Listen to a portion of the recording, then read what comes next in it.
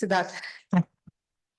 Let me start by thanking the organizers, Umang and Meghna, and the local hosts, in particular me, Manisha, and Manoj, for bringing us all together.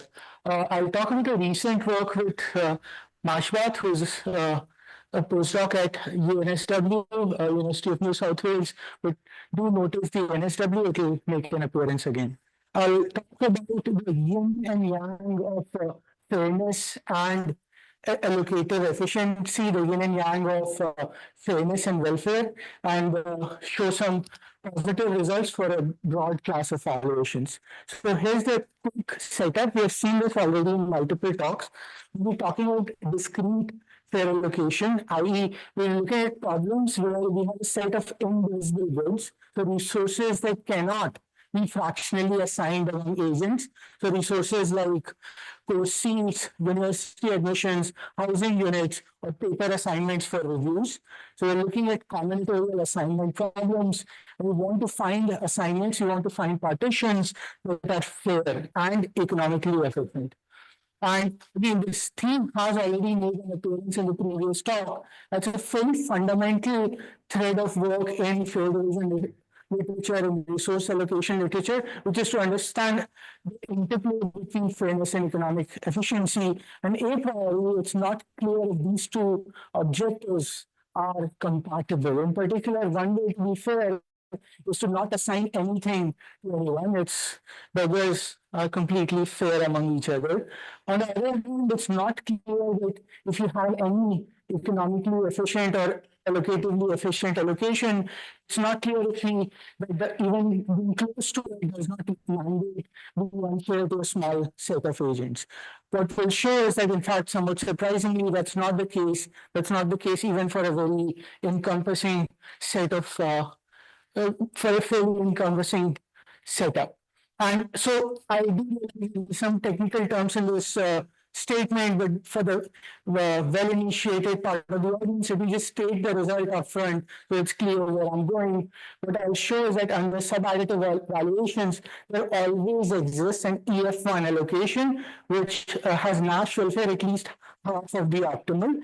And here the optimal I'm considering is across all allocations, fair or otherwise. So there always exists fair, i.e. an EF1 allocation, which has Nash social welfare, NSW, at least half of the global optimal one.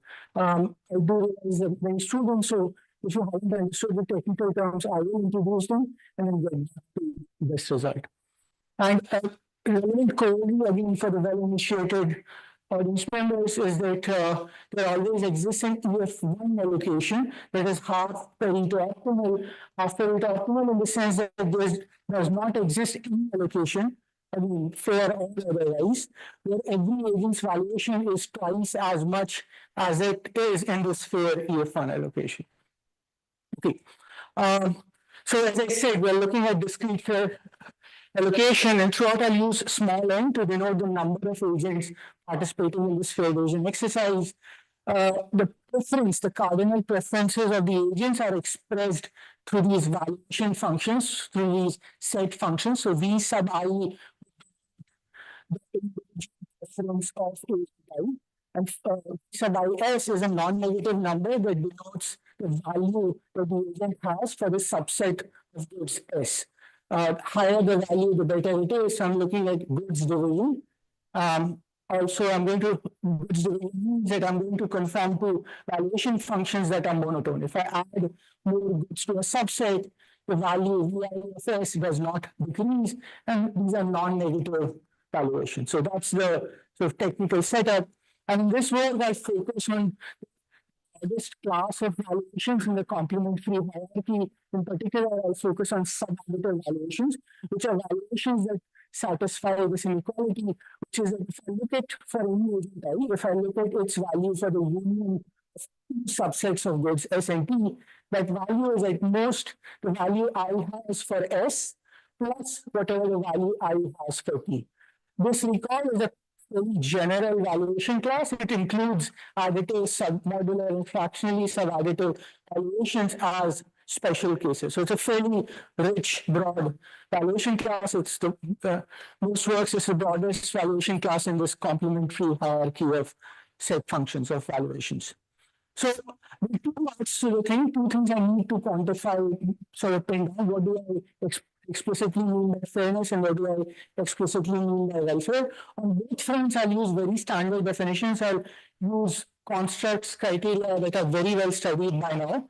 For fairness, a prototypical and ideal, a gold standard is what is called freeness, and it demands that you petition goods in such a way that no agent values anyone else's bundle more than its own. So, a bit more formally, an allocation here is a partition of the goods. So, A1, A2, AN are subsets of the goods, bundles, that are assigned to the agents respectively. So, A1 is given to agent 1, A2 to agent 2, so on and so forth, till subset A1 is given to agent 10. So, it forms a partition of the goods. And it's said to be only free, it's to be fair, is when every agent looks at the value it gains from the bundle assigned to it, then that is at least as much as the value it has for any other bundle. So VI of AI is at least VI of AJ. Note that both sides of this inequality, of this defining inequality, are evaluated with respect to I. So I, so its value looks at the value it would have obtained from some other bundle. This is NV free. And there's examples now that show that NV-free allocations in the discrete case exist. It's a single two agents. The user who values can be the agent who has received the other agent. So this, while studied extensively and has very important properties in the divisible case, in the context of infeasible, this is an infeasible criteria, this is an infeasible notion, it cannot be achieved. There's a very natural relaxation that was introduced by Edition 212 in the past 12, 15 years of studying extensively. It's a beautiful set of results. It's a central force in the discrete field division literature. And this relaxation is called NV freeness up to one word. And this notion deems an allocation to be fair, deems a partition of the goods among the agents to be fair, if the NV goes away by the hypothetical removal of some good in the other agent's bundle. When we work through the definition, so we say that an allocation A1 through AN among given agents is fair, is UF1, if for all pairs of agents Ij, there exists a good in the other agent's bundle, such that if I were to look at the value taken from its own bundle and compare that to its value for AJ, with its chosen agent, at least we are minus size of the inequality are considered with respect to size valuation, and the order of quantification is important for every agent that exists. So if you choose the agents you're considering, you do have the choice of selecting a different agents. Fun, fairly important notion in this discrete field context. But that will, for the most, for almost the entirety of the time, that will be our fairness criteria. And that will, when I say fair, I mean allocations that satisfy this EF1 property. So that's fairness. Let's move on to welfare or economic efficiency. Here again, I'll use the notion that has received significant attention for good reason in the past decade or so, and this is called Nash social welfare. So this is a welfare construct that sits between the utilitarian and the egalitarian extreme and has beautiful axiomatic support. In particular, this is in some sense a unique welfare notion that is scale-free, and it's defined for any allocation as a geometric mean of the agent's values. So if any allocation A, it doesn't have to be fair. Now you look at the values that all the n participating agents are getting under this allocation. So we're going to look at V1A1, V2A2, V1A1. If we take the geometric mean of these n numbers, the geometric mean is that is called the Nash social welfare, Nash welfare of the allocation. The goal in general is to have high Nash welfare. We want the agent's values to be as high as possible, allocatively efficient in this sense. You want it to be balanced, but at the same time, the higher this number, the better the allocation is for you. So that's going to be our notion of welfare. That's going to be, and is about the interplay between these two criteria and how close, approximately, what is the synergy between these two constructs. And there's this coloring Weisman work by Karyanis, Lokara, Lewin, Prokashya, Shah, and Lani, that showed that when you look at additive valuation, so in the comprehensive hierarchy, the most but quite important valuation class is perfect perfect synergy between these two constructs. In particular, we can take an allocation and just look at the last one. So the allocation which just maximizes mass social welfare, the geometric mean. I don't have to even consider fairness. That really is guaranteed to be EF1. So you do have this symphony that you can always, under additive valuations, find an allocation, or there exists one, which is both fair in the fun sense, it's completely efficient, that is, it maximizes mass welfare. A direct consequence of this result is the fact that under additive valuations, there always exist fun allocations that are also Pareto-optimal, Pareto-efficient. But going beyond additive valuation, the question is open. In fact, it was explicitly identified as an open question in stock paper in 23. Whether under submodular valuations do exist fun allocations with high mass welfare? Does the compatibility extend, and to what extent does it go forward when you move above additive valuations? And this work shows that somewhat interestingly, not just for submodular, but the entire class of subadditive valuations, you have there always exists an EF1 allocation with mass welfare at least half the optimal. This repeat, the NSW star is the optimal mass welfare across all allocations. So it's the global optimal, and this says that you can achieve fairness in terms of EF1 and be very close to being efficient, just a half approximation in this level of generality, or the level of generality of subadditive valuations. So this is the talk a lot. I think so for a constructive proof, and while after the approximation is correct, I try to convey a nice, very slick, like user-friendly, which shows that you can always exist in EFR allocation with mass welfare. This geometric mean at least slightly worse than 2, so 2.08 times the optimal mass social welfare. Again, optimality here is global optimality across all allocations. So in particular, what I show is that when I say the proof is constructive, it's constructive in the following sense. If you give me an allocation, say that maximizes mass social welfare. So A star is an allocation that among all allocation among the regions achieves the maximum possible geometric mean. I'll start with this allocation A star, and there's no guarantee that A star is the fund. Right? We're not in additive world anymore. So give me such an A star. From that, I will construct an EF1 allocation A, and the loss I suffer from increasing EF1 is this term e to the power 2 by e, which is 2.08. So it's a constructive proof in that sense. It's a reverse proof in the sense that if instead of A star, you give me any other allocation, not necessarily EF1, I can just repeat it, and this inequality will continue to hold. So you can run possibly an approximation algorithm, find an A hat, which might not be the optimal but has sufficiently high mass welfare. You can then go to EF1 with a factor loss of e to the 2 over e, which I said is 2.08. So in the rest of the half an hour, my focus would be to prove this result. And again, I intentionally put this because it's very slick, it's very pictorial. Once you see the idea, it's rather like it's a simple result. It's a simple proof.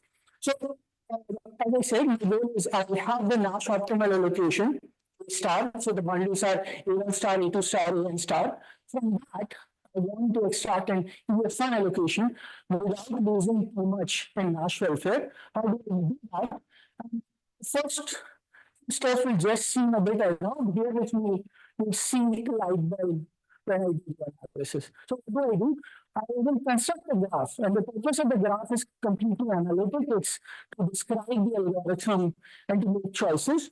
What I do is I look at the grids in all of these bundles, star to star and star, and for each set of grids in any order, I construct these n cycles. So on this graph now, it consists of n disjoint cycles. So here, as you can see in the picture, A1 star is all the vertices in this cycle are all the grids in A1 star, and I just commute them as a cycle in some order.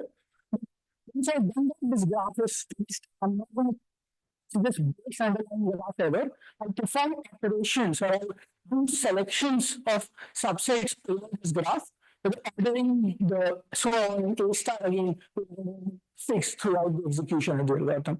So that's the graph I'm going to work with. It's like a bunch of cycles, like if you've seen those cycles with many wheels, this is what it reminds me of. And what the algorithm will do is the following. It will maintain a partial allocation. So partial just means that it's an allocation where the bundles are pairwise disjoint, so does not intersect any of the other bundles. Pj are disjoint for I not equal to j. It's partial in the sense that maybe not all grids have been assigned so far. So it's sort of a iterative algorithm that maintains these pairwise disjoint subsets, while some grids might still be unassigned. But there you go. But the algorithm maintains the invariant that this partial allocation is always EF1. How do you initialize such a process? How do you initialize such an algorithm? You just put values to be empty sets, right? The empty bundles. It's a partial allocation. Not all, in fact, none of the grids have been assigned. It is vacuously EF1. Everyone is going to some fact MD free.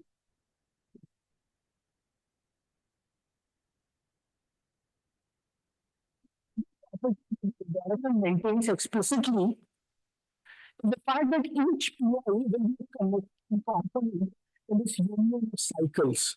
So it's not necessary that PI will be a subset of A star I, the optimal value, the optimal value.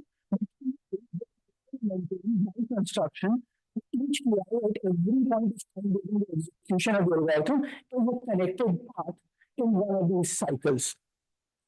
So as I said, how do you start such a process? Or just pick to be empty, it satisfies both these invariants. It's EF1, it's empty, so let's say it's vacuously connected. So fine, what I want now is this, have these partial allocations, make progress in a particular way, maintaining these two properties that are never leave some criterion, and each PI is a path in my union of disjoint cycles. So I have my union of disjoint cycles. Say I start with the empty allocation. There's a loop that I'm about to describe to you, which will keep iterating. But let's say at any point of time, I have such a partial allocation. So PI star, for example, is a path which consists of these 4 yellow vertices. Star J is consisting of 2 vertices in A2 star. Yes, for sure. Certainly would not, and I said that explicitly. It satisfies the EF1 property and the cycle or could be an entire cycle. So each PI has a connected component. Certainly, it's certainly not confined to the fact that PI is within A star I.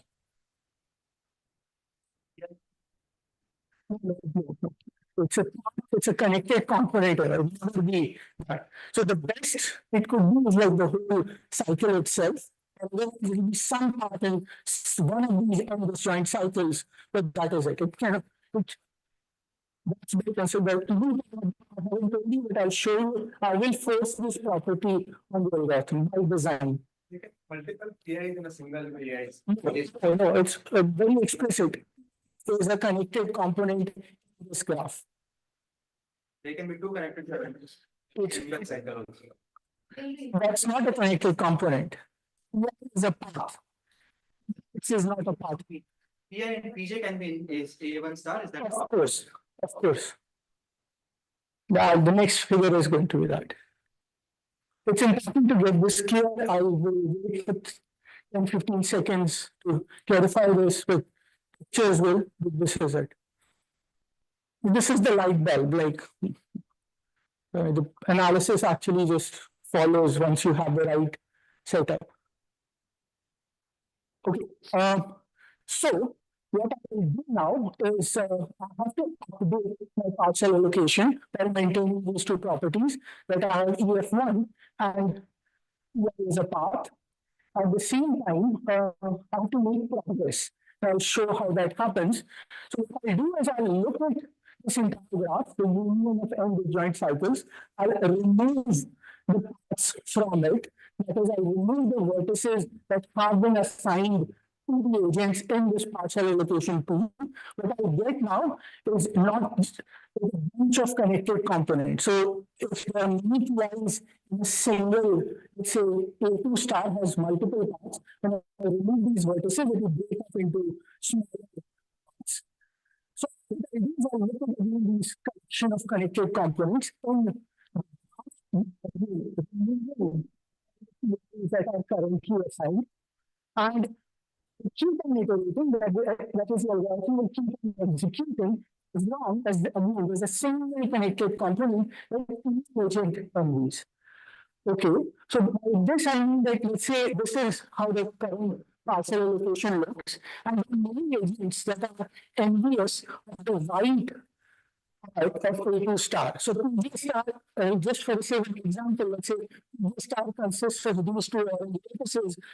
Each of the vertices that are left, they form a single connected component. And let's say agents, multiple ones.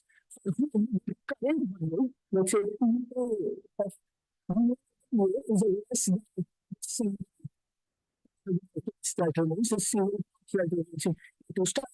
As long as that condition is satisfied, I will keep executing my work, keep iterating. So let's see if I use a connected component, again, a part, which is convened by some agent, and it's minimal. It's minimal in the sense that if I were to remove either the left or the rightmost vertices in this queue, then we go for all the agents.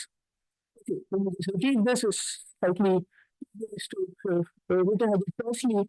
So I'm saying that Q here is a red path, which like of induced by these four vertices, is attached to the following two properties that it is envied by some agent. So for some agent, its value for the current value, let's say Vi of Pi, is less than Vi of Q. So some agent wants this Q.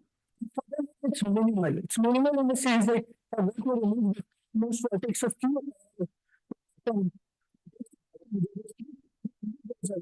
This for every other agent. And because you can convince yourself that such a minimal could exist if someone is only in the connected path. So just keep shrinking to this such a minimal path Q. And what to do is do a swap. I will take the goods from some agent that is only Q and say this part Q. And this is the slight immunity comes in a judicious manner. So let's say this any minimal path that is only selected. In this example, the Q is subset star.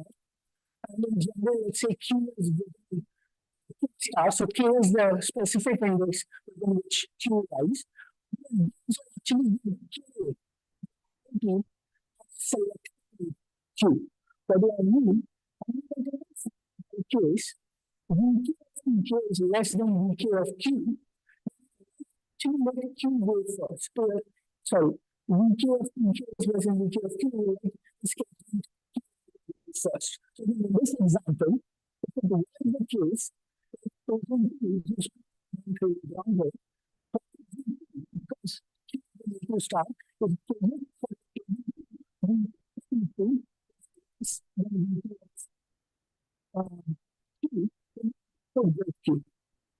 Otherwise, if that is not the case, that is agent K, and this case is 2 does not only Q, then let any other agent out this interval. What do I mean? So in this case, Q did not only agent P did not only the connected component Q, and then let's say if we're given that is a use of Q, so English right, so all the good are back, then we have to come right again, and P jumps and selects Q. So this is the update and I realized it is possible that you can have multiple parts in the same cycle and the collection of connected components changes. Right? It's not completely deterministic, so you can have to choices with whatever. These two properties of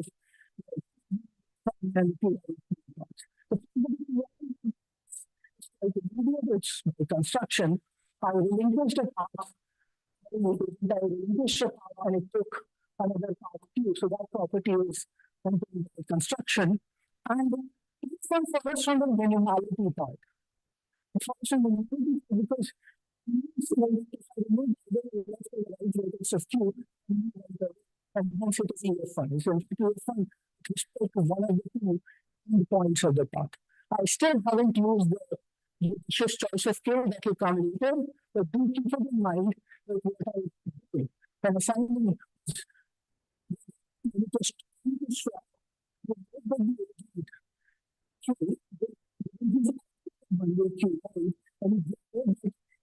choice of the two first before anything. Okay? Yeah, sure.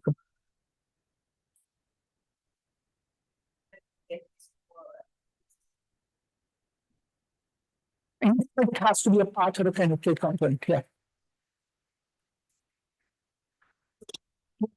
Cutting pasting, I won't say, but I'm just taking Q, assigning it to I, and I just relinquishes what it had. So this graph minus union of Pi changes accordingly. So yeah, and in this picture, Pi is initially part of K1 star, it now has become this K1 star. Assigned to, so if you now look at the connected components and graph minus is a candidate. And so it's not set growing and it's not liptonally monotonically grow sets, it can move around. So minimum just means Manisha, that if I look at Q and if I remove either, so let's say Q has 7 vertices. If I remove the first vertex or the 7th vertex, the smaller path I get, no agent only is that. The minimally only path. Yeah, which is exactly what we need for EF1. And such a path could exist. You start with a vertex and move the multiple agents, you keep dropping one at some point. Than EF1, there are 2 goods in a bundle. Yeah, yeah. Which can also gives a stronger guarantee. It's the last added good that you have EF1 against. But yeah, here it's the 2 end vertices. I don't use it, but you are right. It does have that. Okay. So this is a polytime algorithm. I'll start with an allocation A star that has, I will say I constructed the cycles explicitly using A star.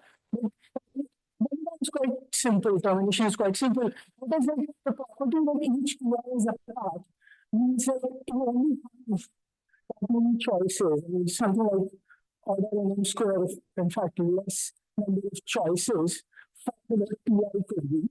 And in iteration, the value of one agent went up, it's strictly increased. So for every agent, you have these n square choices, all list all the paths that is in this graph. And in these n square choices, the value keeps going up. So the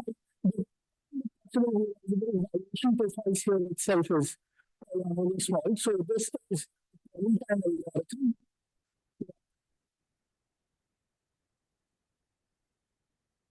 It's not. I'll keep repeating that. It's an existential proof for the same way.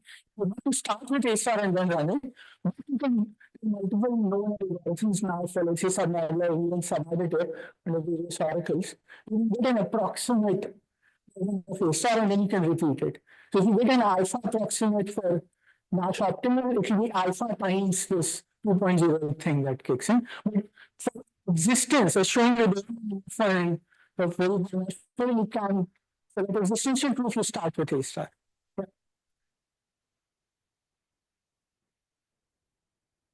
Cycle within A1 star, A2 star.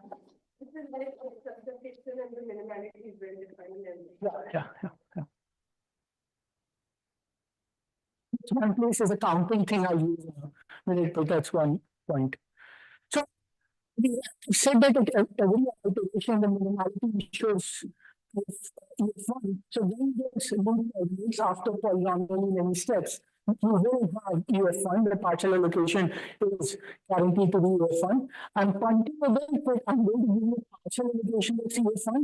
Just it's a very people know it's I keep run the only cycle evolution algorithm I'll complete it. So that's not a major hurry, but just to focus on this allocation that we have at the value. So when the value terminates, I have this partial allocation, which inductively, which by the movement of the algorithm is maintained to be EF1. And because of the condition of the value, that when the loop terminates, it has this property for no agent and these unsigned paths to the graph that remains. So if at this point, let's say in this example, the algorithm were to terminate, the termination would mean that the agent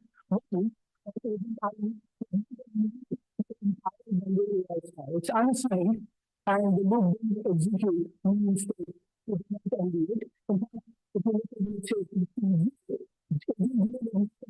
at it, says that remain in star the path, the single edge path and two vertex path that remain in O2 star. So because the loop is designed, so when you start, you have this property. And finally comes the property that comes out of the selection process because of the condition priority, which is the fact that if I look at that are star I'm fixing agent time, I'm looking at the optimal bundle A star I, the cycle A star I, and I'm looking at all the parts within it, not all the parts, but I'm looking at the bundles that are within A star I. Then you actually have only freeness, not just EF1, and this is because of its priority. We'll never let an agent get before agent I with A star. A star always gets to be if you have only. So it's a stronger property. It holds only for values that are within A star. So A star has EF1 towards everyone, but it has only freeness for all the J's that are sitting within A star. So what I do is analysis is going to rest on these three properties. So like we keep these three properties, say the notes, the allocation I have at the end. And then for the analysis, I'll define two sets, and that's it. I'll honest to goodness, I'll stop defining new things after that. But the two sets are going to be the set SI and this set LI. SI is all the bundles, all the parts that are sitting under A star I. So SI is all the parts for which this property 3 holds. Let me say that again. You fix an agent I, look at its optimal bundle A star I, the cycle you have. At termination, you have a bunch of parts, but you have some parts sitting within A star I, and these SI is the set of all those parts. So, for example, if I put I as 2, so if I look at A star 2, both Y and J will be in S2 because they're sitting within A star 2. So, that is my definition of SI. And some components within A star have LI. So, again, for A2 star, this says that the bottom of A2 star, bottom of the second cycle, they constitute LI. So, if it's 2, the size of the set capital SI is 0, and the size of the set capital LI is 1. Can someone quickly point to the relation between SIs and LIs? Okay, let me not play this game. You have this notation again, these three properties, these two sets of containments within A star I. And the next thing I have, the definition is A star actually partitions itself. If I look at all these bundles that are in SI and all the unassigned bundles, all the unassigned bundles that are in LI. So all I'm saying is, you take SIs that are in SI,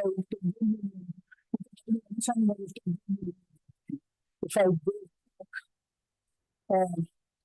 so here, for example, A2 star is the union of PJ and this single unassigned path that was there. So all I'm saying is this is true in general. Look at all P stars that are within A star that have within recycled brains. So the paths that are unassigned, you will get back A star, right? This is like construction. So you have this. Okay. Great. This applies subadditivity. This is actually the first place I want to utilize the subadditivity, which is that the value this ground value A star I, the sum of the values I has. It's the sum of the values it has for Q. First use of subadditivity, and this inequality is true for all nodes inside. Now let me each P in SI, and we have size of SI such parts. Each Q that is in LI, I mean, I utilize property size of LI plus PI. So I'll just guarantee this partial allocation from the determination of the value. The value of the agent has the partial UFM allocation. It is comparable. Its value in the active allocation by this multiplicative factor, size of SI is size of LI. That's it. Now we just write the approximation ratio. So same as before, this is the major quality of comparing the value and the value of this partial allocation. This is the inequality. Let's just look at the geometric some stars. Stars are together, the geometric which up and down and comes out. This exactly is the approximation ratio and the left side is the optimal is the mass welfare and the optimal allocation is star. At the extreme right bottom is the value of the mass social welfare under this partial welfare allocation. And the approximation factors is geometric mean of the sizes of these sets SI and LI, which are again written at the top of the page. Okay. So that's my approximation ratio and the home stretch. What we do is show that this quantity is upper bounded or constant, which is the case. And for that, we use just a very simple case analysis. So what is the SI is 0, for example, here, there is no star. It's a single component. In this case, LI is 1. If there is no breaking star, it's just a cycle. So both for, in this example, both for agent 1 and agent 10, size of SI is 0, there is no path within this optimal bundle. Is 1, it's just the entire thing is allocated with it. And for that, if SI is more than 1, because it's a cycle, you can never break it into components more than SI itself. So the 4 parts in A star I will at most have 4 connected components, it might even be less. For example, in this case, A2 star, S2, the size of the set, S2 is 2, the 2 parts. The size of L2, the percent is 1. So this inequality, like when SI, size of SI is more than 1. Size of LI is at most the size of SI. Okay, so this approximation ratio, we mix the agents such that the first L1, some people such that this property is the first L1's positive, so this cardinality is at least 1. And the remaining, so from L plus 1 to N, these cardinalities are 0. So for the first L1, if the second is then apply, and for the last n minus L1s is the first condition that will apply. If I look at the approximation ratio that geometric mean of SI realize, I can simplify it as follows. SI 0 is 1, is just 1 with multiplies L. The other ones, since L is SI, it will be 2 times the size of Li, and will end with the second notice that this is not the geometric mean of things. Numbers here, S1 to SL, that is positive integers, and taking the product, multiplying by 2, and then taking it's that thing. That's important. It's multiple positive numbers and taking the truth. It's not a geometric mean in that sense, but it is. I just one more minute. Yeah. 5 minutes? Okay, excellent. So these are positive, these are 0. This property the search for the partition of n. So because of the property which I will it's never square of these things, the sum of these are sizes n. So what do I have? These positive numbers, they sum up to n, and what I'm looking at is the nth root of those numbers, the nth root of it. With some calculation, you can show that this actually will be made from e to the it's a nice simple calculus exercise. I will to numbers, the sum as L, and now look at the nth root of these numbers, these positive numbers. This actually to which is the upper bound of the approximation ratio I wanted. So what I do have is this result.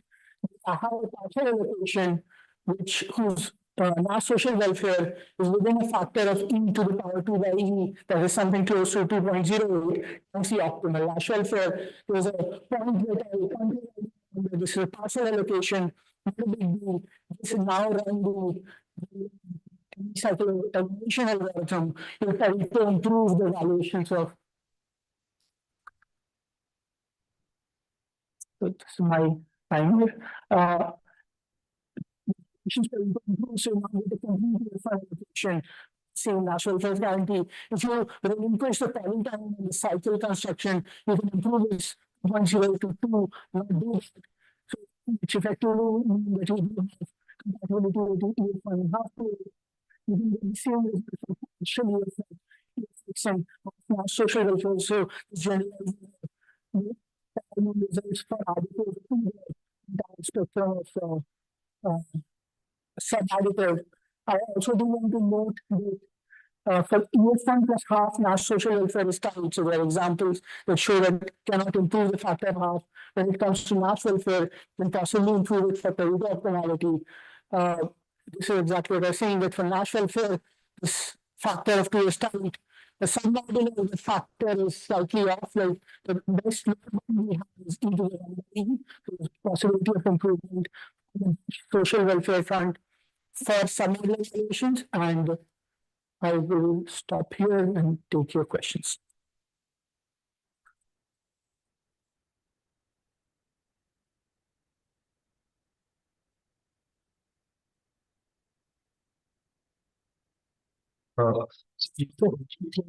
Using the cycle is that Li less than Si? Like, can I replace it with some other gadget? Like, You can, but I will try. Doesn't really fit. I mean, some also counting that you have very complicated, it will just look at a complete graph and then the polytime thing goes away. The polytime is kind of for the fact that the number of choices for PI, since PI is always a path, the number of choices is only quadratic in number. Yeah. thank you. Can you show the 3 properties that you use for the book? Which the three numbered ones?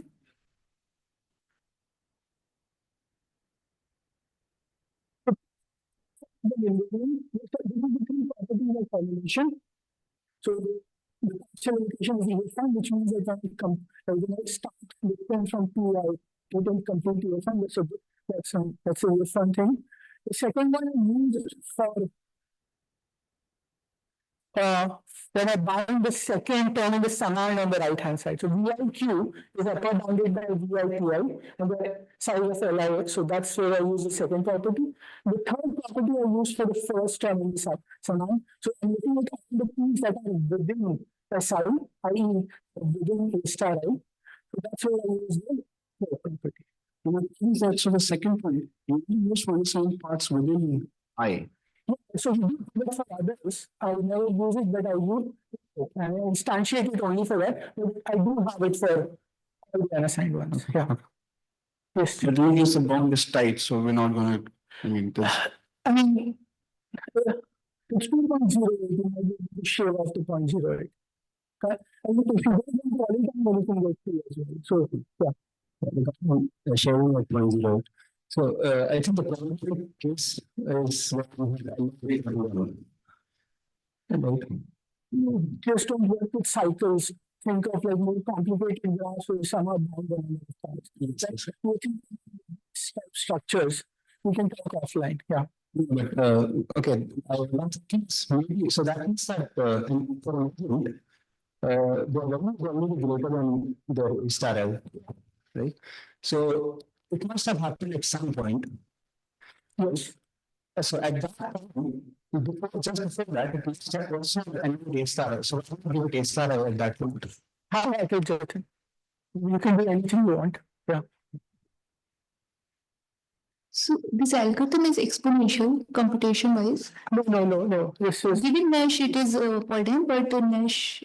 so you can go approximate instead of computing the optimal A star, you run a Polygon approximation algorithm that gives you alpha approximation for Nash itself. So instead of starting with A star, start with A hat. Only losing the That is like 0 times alpha. yeah. So this is yeah. Right. So even this half P is that very hard or something? Okay, the trouble is exactly how to certify. Okay, but it's going to be complete exactly even for additive.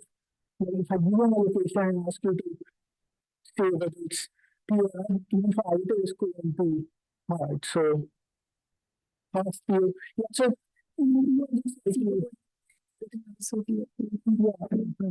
it's not yeah.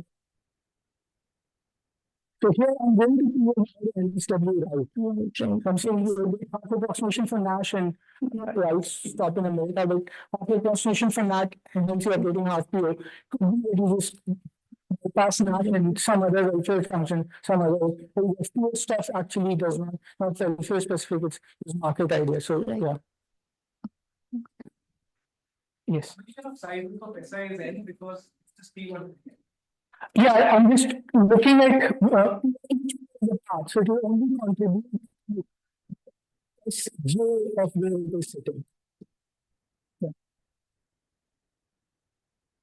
Okay, so I guess I'm sure there are many more questions. So perhaps we can hound Siddharth during lunch hours. Okay, so let's have the speaker again.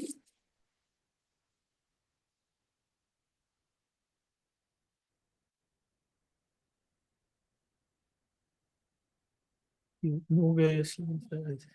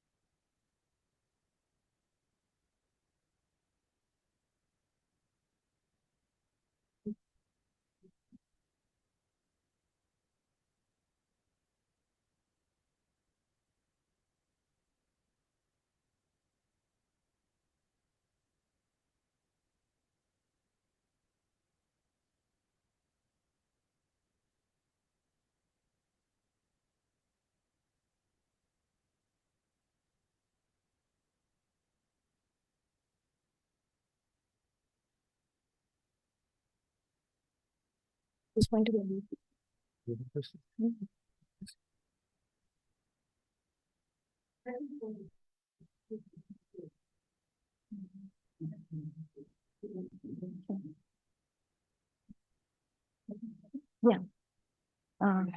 Okay, hi everyone. I'm Aditi. And continuing the theme of fairness and efficiency that we have been listening about since morning, I'll continue that theme, but talk about that in a slightly different setting, where I'll talk about graphical valuations. This is a recently introduced class of valuations introduced in EC23 last year, and since then has gotten a lot of traction from the research community. So the setting is we have a set of agents. What the pointer is not working.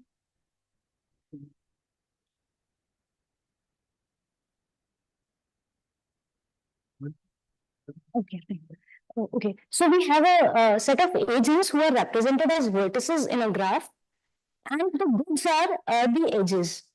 So an edge is incident to two vertices. So the setting is every agent likes all the incident edge items, and every item is liked by at most two agents who are the vertices incident to that those two agents. And the aim is to allocate these edge items among the set of agents. So this kind of poses a restriction on the valuation matrix. So if you look at any row, agent can like as many vertices as he wants, but that captures the degree of that agent in the underlying graph.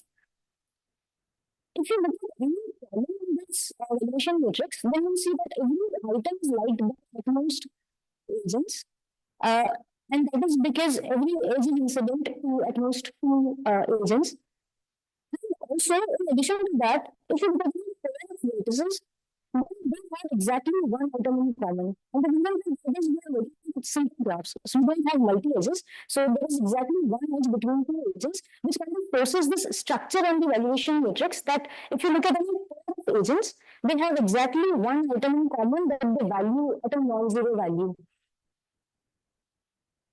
Okay, so while using these restrictions on the input instance, our valuation matrix will look something like this. So if an item is not adjacent to an agent, it derives zero value out of it. It also happens that he also derives zero value from an incident item, but he definitely derives zero value from the non-incident items. We do additive valuations. So there are two allocations that can happen here.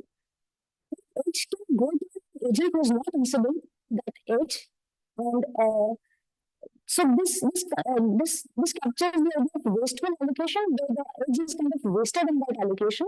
So a more desired notion is that of orientations, where we want to orient the edge towards either of the incident agents. While we were talking about these graphical valuations, the reason will be clear in a moment when I define the fairness notions. We deal with ND fairness, which Siddharth just defined by saying that any agent I values his bundle more than anyone else's. We know of EF1. EFX is a stronger variant of EF1, where not only one item, any item, even item, you can remove from the ND agent's bundle and the ability to get ND then it is known as EFX. So EFX is this quintessential open question of the division problem where we don't know much about the existence, even the existence of EFX allocations for more than four agents. There have been lines of work that talk about EFX existence for two agents, three types of agents, and so on. But the existence and computation both are wide open. We don't understand the computational landscape for EFX allocation for more than four agents.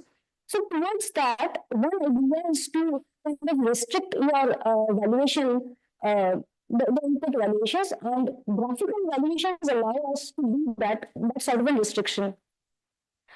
The EC23 paper that introduced these valuations showed that EFX allocations always exist for these kind of graphical valuations for an arbitrary number of agents.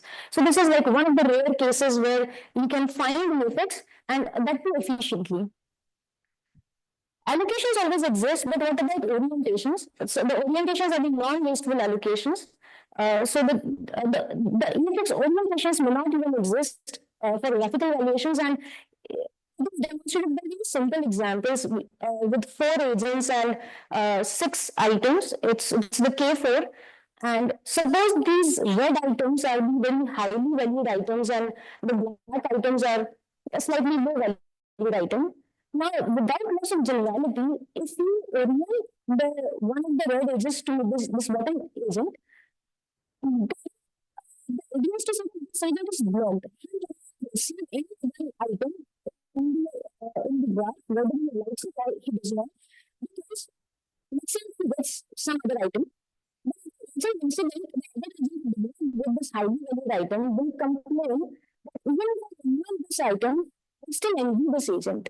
Right, so that EFX NV still persists even after removal of an item. So then, this kind of an allocation will forbid the allocation of any other edge item to this agent. Likewise, without this generality, say this another highly valued edge goes to the upper agent, which again for the same reason blocks this agent to with any other item. But what do we do with this middle edge, which both of these agents like? Agents are blocked, right? So this kind of example illustrates that segmentation always exist. Small existence, they show that it is hard to decide if a graph admits an EFX orientation. And the open question that they posed was the following: are there any classes of graphs where you can find EFX orientations in polynomial time? Towards answering that, there is a recent paper by Zeng and Mehta that kind of characterized these graphs by chromatic numbers of these underlying graphs and said that if the chromatic number is at most 2, such graphs are strongly EFX orientable. By strong EFX orientability, I mean that you just the graph, you can put any kind of valuation on that graph at the top, and you can expect to get EFX orientation out of the valuations. So the orientation does not depend on the valuation, it depends only on the graph structure, the underlying graph structure. And as long as that structure has chromatic number at most 2, you can expect to find an EFX orientation. When we showed that strongly oriented graphs have chromatic number at most 3, and we have sense the graphs with the number exactly 23. Values of graphs where EFX orientation may exist and it may not exist. So that's where the hardness is coming from. We don't know how to characterize these graphs.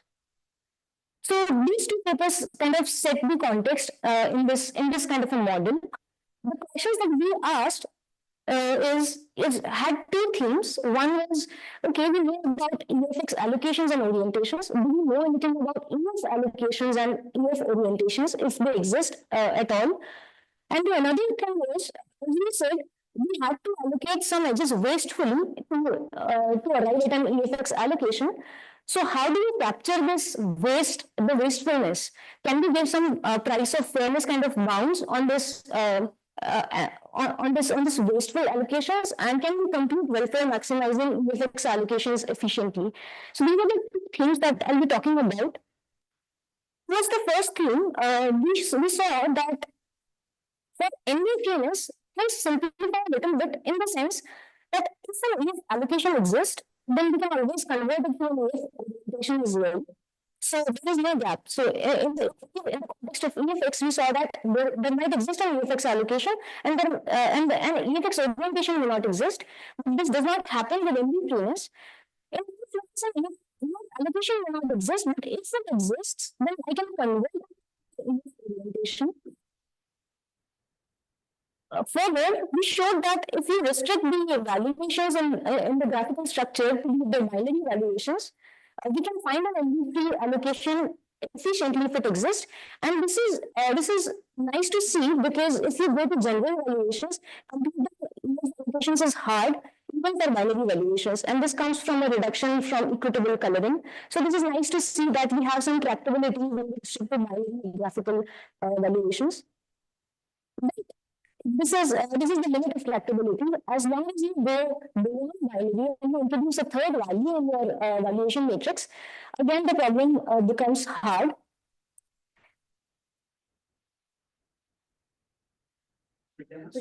Yes. So for the second point, can you also find an EF orientation? Yes. But if you look at The first place, no?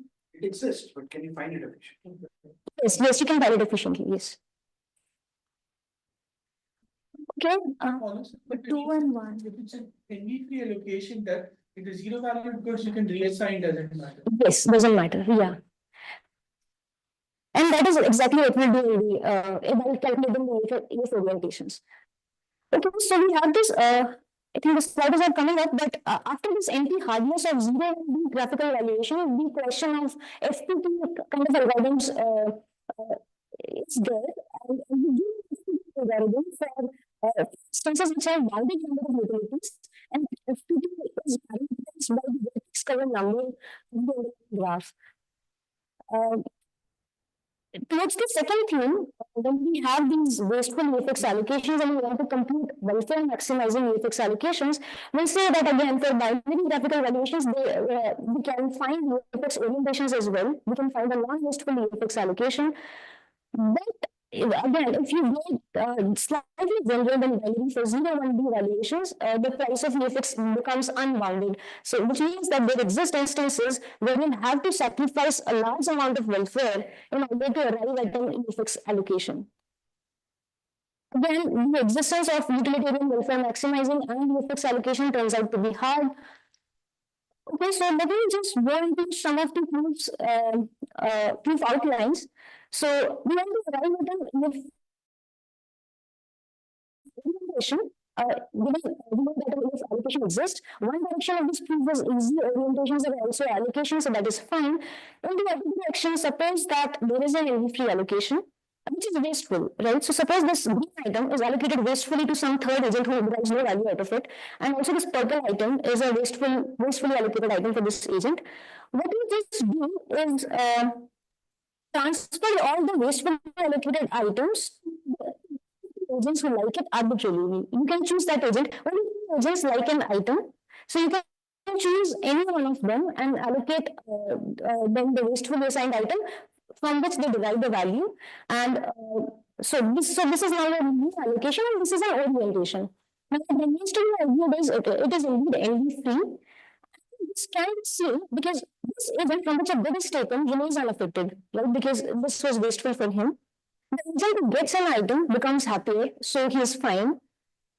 Then, from this agent's perspective, because his adjacent neighbor is getting an item she likes, but we know that if he was NV-free before, we started with an NV-free allocation, this guy got an NV item, which means this guy item structure just because these two agents want to simultaneously. So sure, this agent will not like any of the other value items sitting in this bundle. Right? So the only value we will have from this bundle is out of this green item. So that because previously it was only free, the value is value more than the green item. So that is the simple proof of the fact that if you have an application, you can convert it to that this is polynomial time. You're just taking the wasteful allocated item and literally going them to the agents who like them. Sorry, I missed it. Like the agent on the left would have other items that the agent on the right wants, right? No, because we have a simple graph setting, right? So two agents like at most one item in common. So if starting with the allocation. yes, so we simultaneously assign all the wastefully allocated items to one of the agents who like them. So that's why if this agent has something she likes, she doesn't like, it goes away from this bundle. And this was the only possibility. This agent might have liked this item, but now this is removed from her bundle. So yeah, so that's the simultaneous removal of all wastefully allocated items. Yes. Yes. But this is the case of multigraphs, where we go to multigraph. This does not hold in multigraphs, yeah.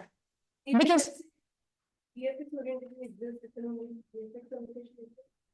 no, I don't think we can say that for multigraphs. Because for multigraphs, these two agents can value many items together, and that will create a problem. So this result is specific to simple graphs and NV-free solutions, not even for EFX solutions. Okay, so for this result will help us arrive at an algorithm for binary graphical valuations, and this is a very simple algorithm as Siddharth previously mentioned. So if an agent values an item at 0, so these are the asymmetric valuations. One agent values them at 0 and the other one values it at 1. So you can again assign it to the agent who likes it. The other agent will never envy because it does not value the item. If the item is valued by 0, then you can do the arbitrary orientation. So you just remove all such edges which are asymmetric in the graph or are zero valued. So what remains is all these one valued edges in the graph. Right. So now there are two types of components. Either there are trees or there are cycles in this reduced graph. If there is a tree, right, and if there is an agent on that tree who has already received an item on the previous phases, then we can use that agent and just away from that agent. So it's the leaf vertices. And it will guarantee image allocation. It's a cycle. Every cycle will get to one. Cycle considering it is a single vertex, and then consider a spanning tree or then all the edges away from that the vertex. So that will guarantee you an image allocation if it exists. So you can one from the previous two phases, the first phase, in which case, because there are more agents than the number of items, there is supposed to be some NV and which you can't get rid of whatever allocation you do. Okay. So this algorithm uses this claim that if an agent gets her best valued item, let's go beyond binary. Now we are in a non-binary setting. But if I'm getting my best valued item, then I will never envy any other agent in any completion of allocation. Right? And this also uses the graphical structure very much because if I'm getting a best valued item, I know that all other items are going to different agents because this is an orientation, right? Right. So let's suppose that an agent has B edges incident to it, and he's getting his best valued edge. Because of the orientation, all the remaining B minus 1 edges will go to distinct B minus 1 agents. Right. So once I get my highest valued item, there is no reason for me to envy anyone else. Right. So this claim is kind of really useful in this algorithm that once you get a best valued item, you are done for the allocation. So, there is some introduction to this problem of multiple independent set, which shows the hardness of finding an EF allocation, or let me say EF orientation, because for ND freeness, both are same. If one exists, then the other one also exists. So the reduction is very simple. The multiple independent set problem consists of these vertex partitions, which are independent sets, and the edges are going across. All the vertex partitions have one color, a different color, and your aim is to select a single vertex from each of the partitions such that the selected vertices form an independent set. So, which the literal name suggests multicolored independent set. Now, if you add a vertex, an extra vertex in this graph structure, which values which is incident to all these vertices in a single partition, and values it at a larger number D. Also, I have created an instance of 0, 1, D valuations with this underlying graph structure. Now, in any NV-free solution, this guy must get an edge which he values at B, otherwise he's going to envy the other vertices. Once he gets a D valued edge, this vertex must get a utility of B from the remaining edges. Right? And so we can start with a regular graph. The multiple independent set remains hard on regular graphs as well. So this forces this agent to get all the other D edges which are incident on it in order to be NV free. And like I was saying for this vertex as well. And this is possible if and only if these vertices are independent, they don't share an edge. So this reduction shows that the problem of finding an NV-free allocation in a graphical setting has this flavor of finding an independent set, which makes it kind of hard to compute.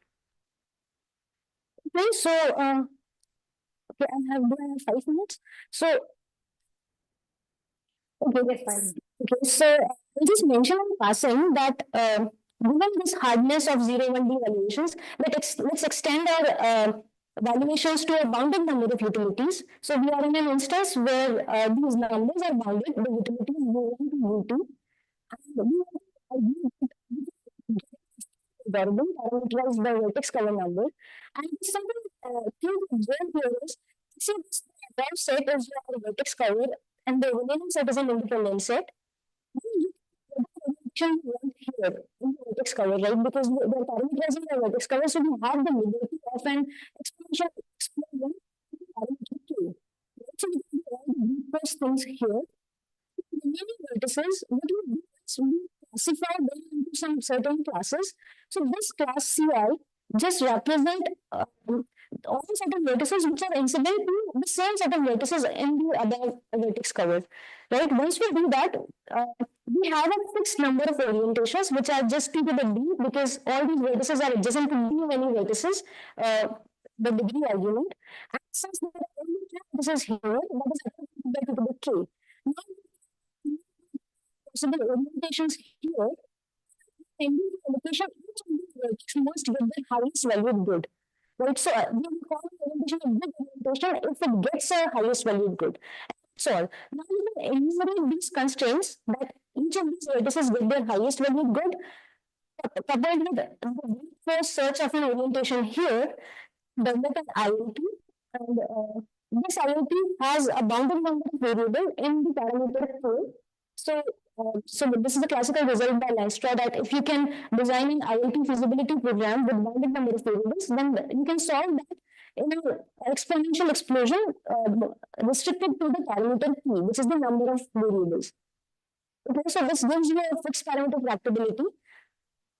Moving on, second thing, which is what is the welfare loss when you argue for EFX allocations? This simple example suggests, so let's say there is a root vertex, values all these edges at d, and the leaf vertices value all the edges at 1. Welfare maximizing allocation, all these must go to the root vertex, right? Because that will maximize the welfare, the entire social welfare. That will not be only true.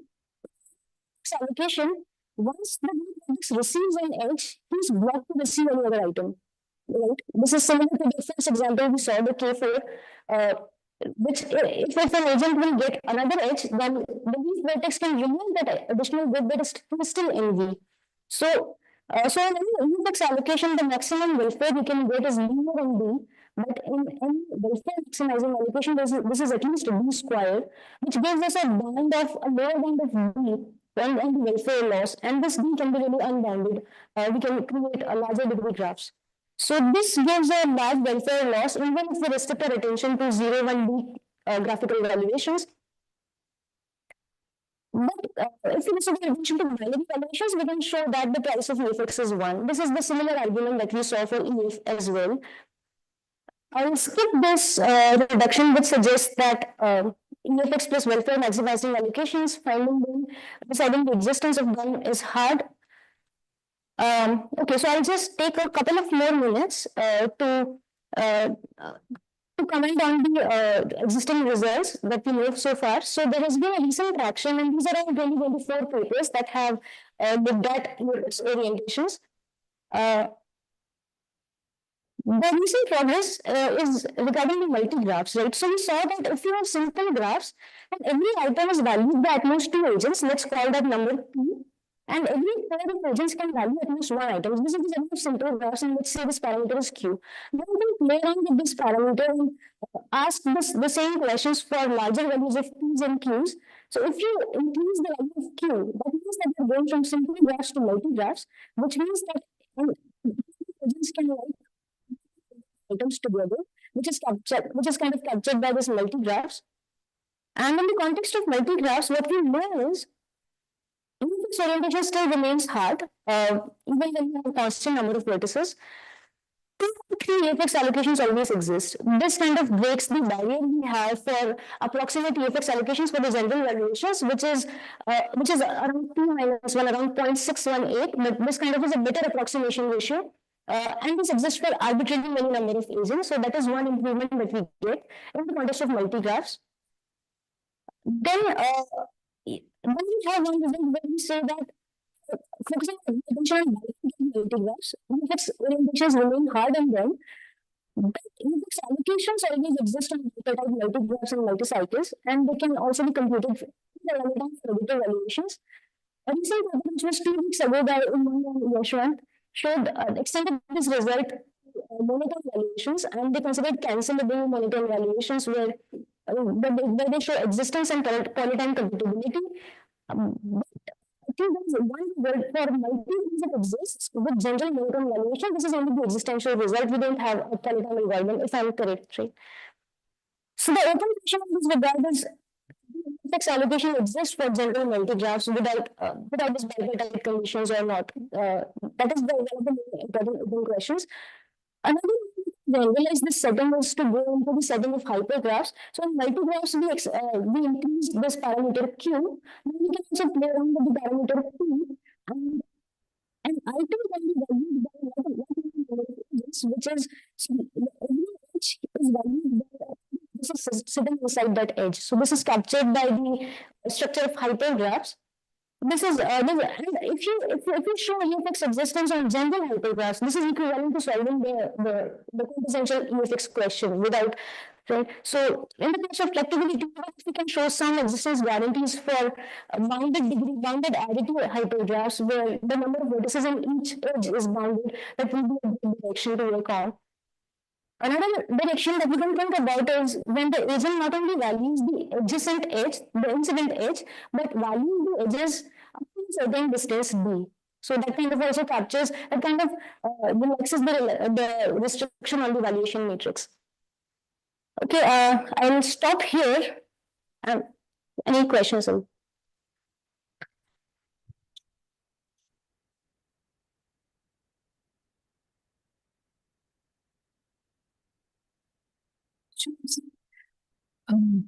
So can we go back to a slide you had where you showed the connection between allocation and orientation? Yes.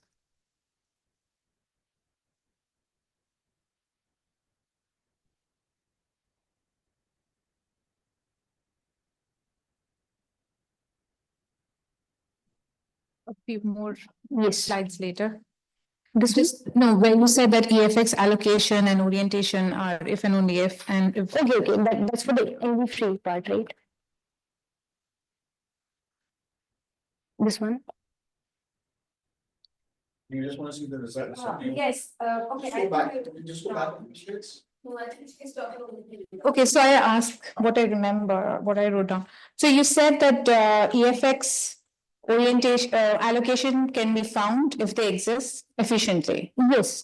And there is also a result prior to that which said there's an if and only if connection between orientation and allocation. Connection is for NV3 orientations.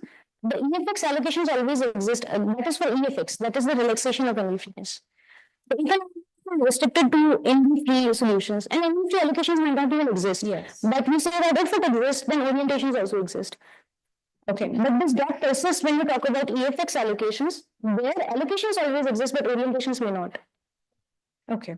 So did you look at any other parameterization beyond vertex cover? Like No, that's open question. Like, so if you look at so when we look at independent sets, what if you delete certain vertices and what you get is a collection of matchings, the collection of trees? This is still open. Yeah, we can do better parameterizations. Okay, thanks. Okay, thank you so much. Okay. So we now go for lunch. Magic trick.